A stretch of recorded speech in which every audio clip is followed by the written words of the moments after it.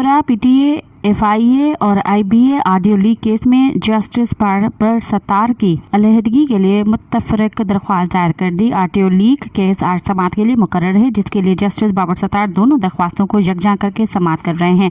سماعت سے قبل پیمرا PTA FIA اور IBA کی جانب سے اسلام آباد ہائی کورٹ سے متفرق درخواست دائر کر دی گئی ہے، جس میں 4 اداروں کی جانب سے موقف اپناتے ہوئے جسٹس بابر ستار سے کیس سے الگ ہو جانے کا مطالبہ کیا گیا ہے۔ درخواست میں 4 اداروں نے موقف اپنایا ہے کہ مقدمے کی سماعت وہی بینچ آگے بڑھائے جو پہلے اسی نوعیت کی دوسری درخواست پر 2021 میں فیصلہ کر چکا ہے۔ دوسری جانب بشرا بی بی نے اپنے وکیل سردار لطیف کھوسہ ایڈوکیٹ کے ساتھ لیک ہونے والے آڈیو لیک کو چیلنج کر رکھا ہے۔ ادھر سابق چیف جسٹس ثاقب نثار کے صاحبزادے نجیب الثاقب نے آڈیو لیک پر بننے والی پارلیمانی کمیٹی میں